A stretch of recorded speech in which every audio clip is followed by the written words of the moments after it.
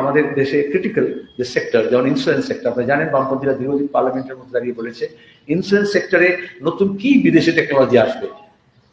Technologically আমরা অনেকগুলো দেশের থেকে অ্যাডভান্স হতে পারি, দরকার হলে ইন্স্যুরেন্স সেক্টরের ভলিউম অফ বিজনেস এমন আছে যে তারা লেটেস্ট সফিস্টিকেটেড টেকনোলজি কিনে নিতে পারে, অ্যাকোয়ার করতে পারে। তো তার জন্য 100% তাকে এফডিআই এফআইআই দেওয়া হলো, কারণ ডাইরেক্ট ইনভেস্টমেন্টের সুযোগ করে দেওয়া হলো। ইন্স্যুরেন্স সেক্টর হচ্ছে মানি মোবিলাইজ হয়, এটা বিদেশ থেকে টাকা আসার কথা নয়, ইনভেস্টমেন্টের কথা নয়। ইন্স্যুরেন্স হচ্ছে আমাদের ক্ষেত্রে এলআইসি, জিআইসি, এরা হচ্ছে পাবলিক সেক্টর ইন্স্যুরেন্স, যারা দেশের মধ্যবিত্ত, নিম্নবিত্ত এমনকি গ্রাম ভারতের টাকা এক জায়গায় জড়ো করে। সেই টাকা আমাদের ডেভেলপমেন্টের স্কিমে লাগে, সেন্ট্রাল গভর্নমেন্টের বিভিন্ন স্কিমে লাগে, পানীয় জলের প্রকল্পে লাগে, আরবান ডেভেলপমেন্টে লাগে, রুরাল ডেভেলপমেন্টে লাগে।